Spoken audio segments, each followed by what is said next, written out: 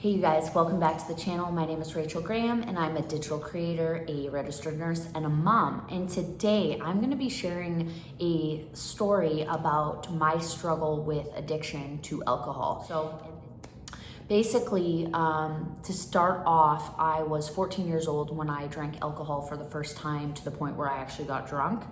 And it was the first weekend of spring break. And I was in grade 9. And me and a couple of friends, we sat in a kids play structure at the elementary school in a circle, and we passed around a 40 of, it was probably like 3 different types of alcohol that were all mixed together, and just drank it straight from the bottle. And then we had a 2-liter of soda that we drank as a chaser, and that we would just pass it around until it was gone. And so all I really remember from that night is being in this outdoor hockey arena that didn't have any ice in it because it was spring break, and just hanging out with my friends and being an idiot. And I woke up in my bedroom and I had no idea how I got there, but I was terrified. I was like, I can't go outside of my room. Like, the last thing I remember obviously was like getting drunk with my friends, and now I'm in my bedroom. And it was, I literally can still feel the feeling. It was just like pure fear, like what is gonna happen to me? And I crept out of the room and saw my mom, and like, I don't remember exactly what happened, but I was grounded for the rest of the spring break, obviously. And found out later that one of my friends had called my dad from a payphone. This was in 1999, man, that's insane. Called my dad from a payphone to tell him to come and pick me up because they didn't know what to do. And I guess I was vomiting everywhere. So yeah, the like guilt that I felt, and I remember vividly feeling so much shame and guilt that my dad, who I just like loved and respected him so much. And like the fact that, like, especially thinking about it now, like I'm a mom, and it's like the idea of like my son like calling me and being in that state and seeing him like that, that's your little baby, you know?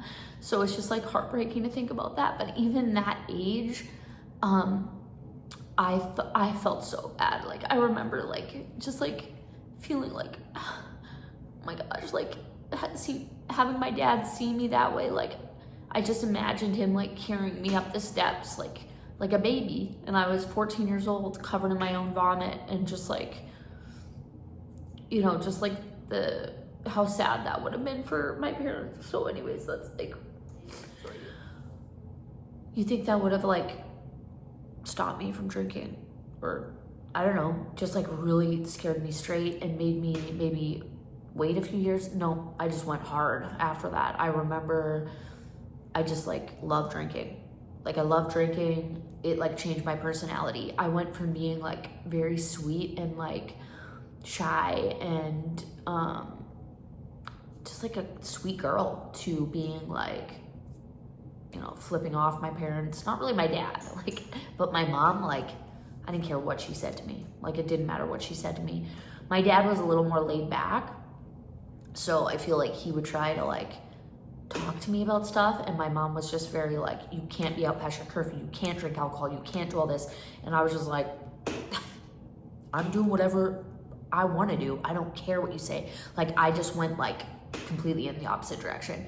And yeah, just did so many dumb things. Like when I think about from 14 years old until, I mean, it was like my whole life, it feels like. It was just like driving drunk, being in cars with people that were driving drunk, getting in boats with people that were drunk, driving boats drunk. Like literally, one of my friends drove up onto the shoreline in a boat because it was pitch black, and she like missed the turn to go around, and like drove onto the actual shoreline, like rocky, treed shoreline, and nobody got hurt. It's just, it's insane. And then there were so many people that did get hurt and die over the years in boating accidents, just like so many crazy things. Like there was literally a kid that fell over the back of a boat, and he must have got his head chopped by the prop and never, like, wasn't found. Like there was so many crazy things that happened.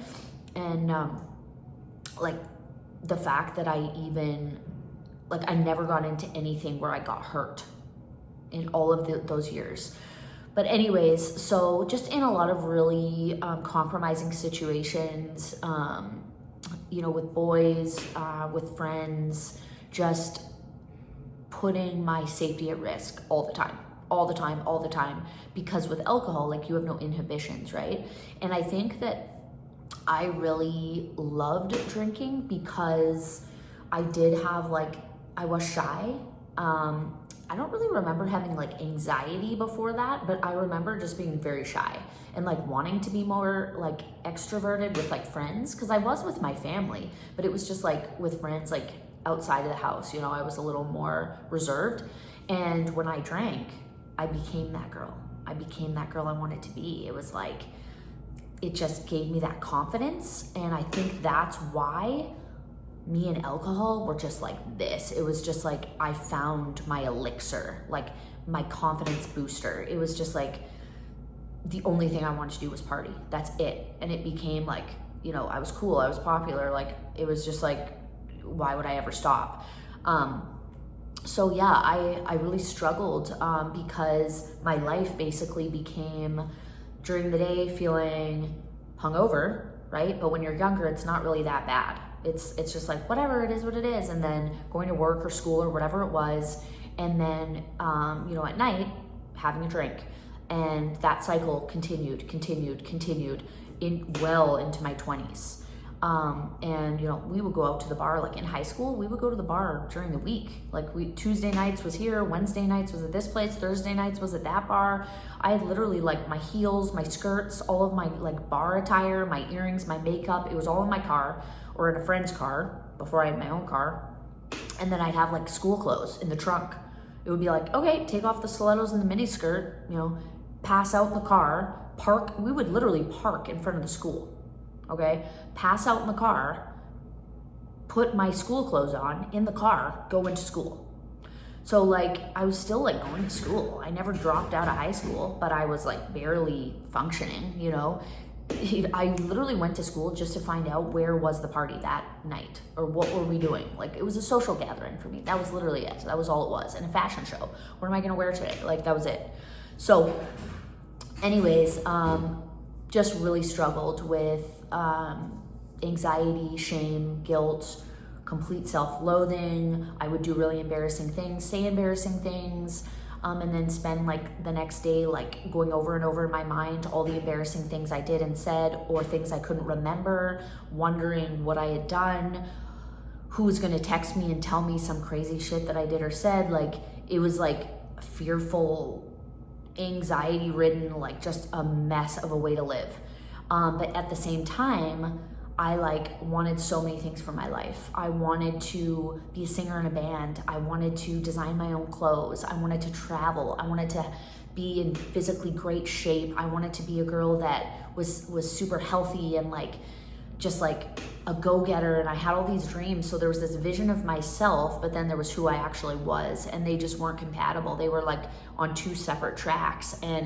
But I really struggled to figure out, like, over the years, especially into my like late 20s, it was like, or even early 20s, like, why can't I like lose weight? Why am I just like don't feel confident, and why can't I be this girl? Why can't I pick something to go to school for? Why do I keep switching jobs? Like, what's wrong with me? Like, it was just like all these really negative thoughts about myself. But in my head, I knew like, I can do anything I want to do. Like, what's wrong with me? It just like made it worse. But it was like, it didn't really enter into my mind. Like, it just like didn't connect. Like, the lifestyle you're living at night makes it impossible to have the life that you actually want. That just like, it wasn't connecting for me at that point. And so the turning point basically, which led to me stopping. So I had quit a few times, but then I would always go back. Essentially, I really felt like I was doing great at a certain point. It was 2019, and I had decided to go back to school for nursing. At this point, my husband and I had moved from Canada to the United States. We'd had a total fresh start. When we moved to the US in 2013, I had stopped doing drugs. I had quit smoking. So I was like on my way. And like I said, I went back to school. I did something else in 2013. I did graphic design, but I really was changing the trajectory of my life when we moved to the US. It was really what I needed and what he needed to like start fresh, really. getting away from like toxic friend groups and just like being able to totally start fresh.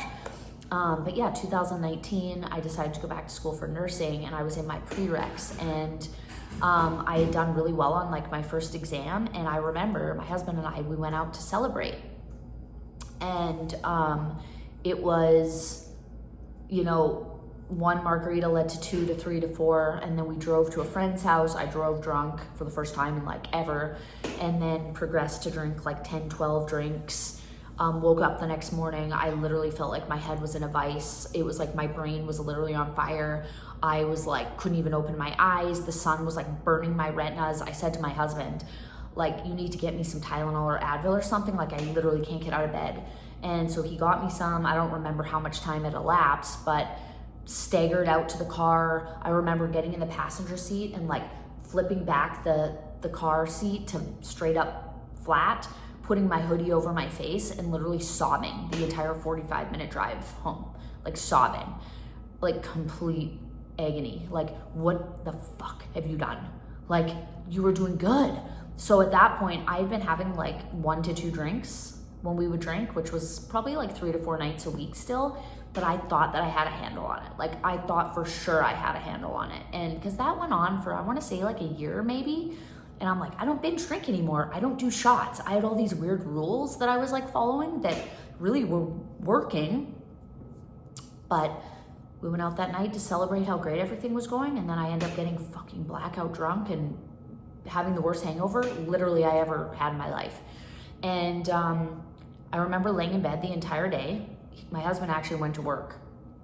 And at like 7:30 that night, I downloaded the I Am Sober app. And I literally said, never again. I can't ever feel like this again. I don't ever want to feel anxiety, guilt, self-loathing. I don't ever want to feel out of control of my body, my thoughts, my emotions. I do not ever want to feel like the person I want to be. I like can't be that person because I don't know what I'm going to do. I don't trust myself. I do not trust myself, and I don't want to live like that anymore. And I said, no more.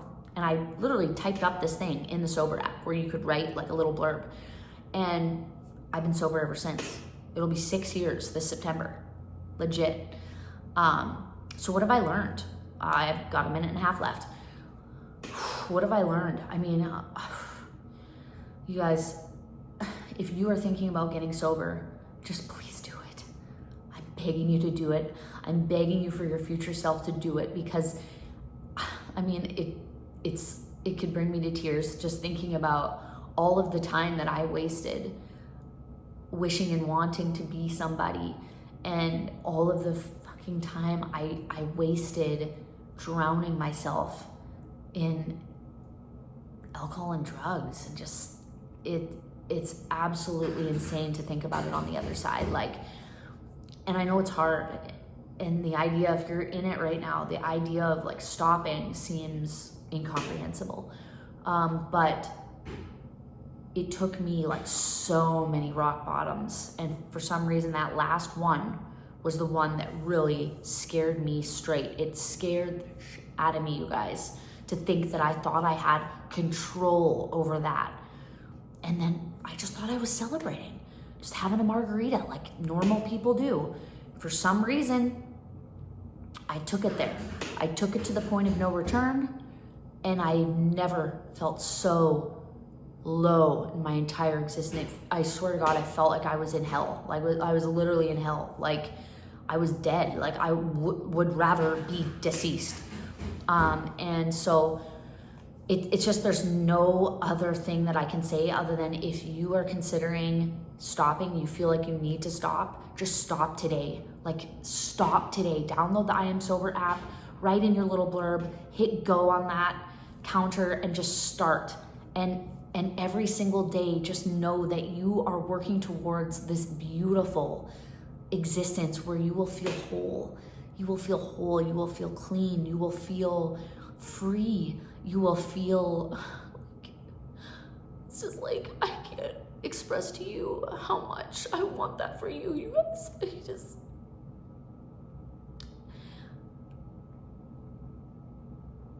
Just trust me and just choose to stop drinking today. If you're watching this, this is your sign. Choose to stop drinking today. And in 5.5 years, you're gonna be sitting where I am now, telling your story and telling somebody else, and giving somebody else that permission, that extra nudge just to stop. And your life will open up.